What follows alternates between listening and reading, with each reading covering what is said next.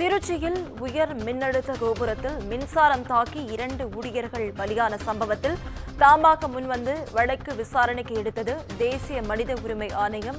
அதனை அண்மை செய்தியாக பார்த்துக் கொண்டு வருகிறோம். இது குறித்த முழு விவரங்களை வழங்க செய்தியாளர் காவியா நம்மோடு இணைப்பில் காத்திருக்கிறார். காவியா, வணக்கம். விவரங்கள்.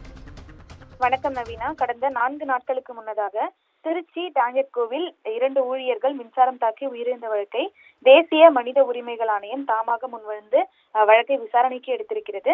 திருச்சி மாவட்டம் KK நகர் அருகே ஓலையூர் ரிங் ரோடு பகுதியில் கடந்த 18ஆம் தேதி காலை மின்வாரிய ஒப்பந்த ஊழியர் மருங்காபுரியைச் சேர்ந்த உறவினர்களான கலாமணி மற்றும் மாணிக்கம் ஆகிய 2 பேரும் உயர் மின்னழுத்த கோபுரத்தில் பணியாற்றிக் கொண்டிருந்தனர். தொடர்ந்து 2 பேரும் ஒப்பந்த ஊழியர்கள் என்பதும் குறிப்பிடத்தக்கது.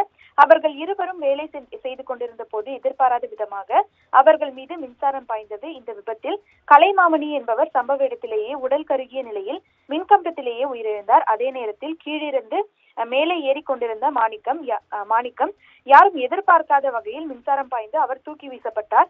இதில் உயிருக்கு ஆபத்தான நிலையில் மீட்கப்பட்ட மாணிக்கம் உடனடியாக அரசு மருத்துவமனைக்கு அனுப்பி வைக்கப்பட்ட நிலையில் அவரும் சிகிச்சை பலனின்றி உயிரிழந்தார். இந்த சம்பவம் தொடர்பாக KK நகர் போலீசாருக்கு தகவல் தெரிவிக்கப்பட்டது. தொடர்ந்து சம்பவ இடத்திற்கு வந்த போலீசார் தீயணைப்பு துறையினர் உதவியுடன் மின்கம்பத்தில் உயிரிழந்து தொங்கிக் கொண்டிருந்த கலைமாமணியின் உடலை மீட்டனர். தொடர்ந்து இந்த சம்பவம் தொடர்பான ஒரு சில காட்சிகளும் வெளியாகி இணையத்தில் வைரலானதும் குறிப்பிடத்தக்கது.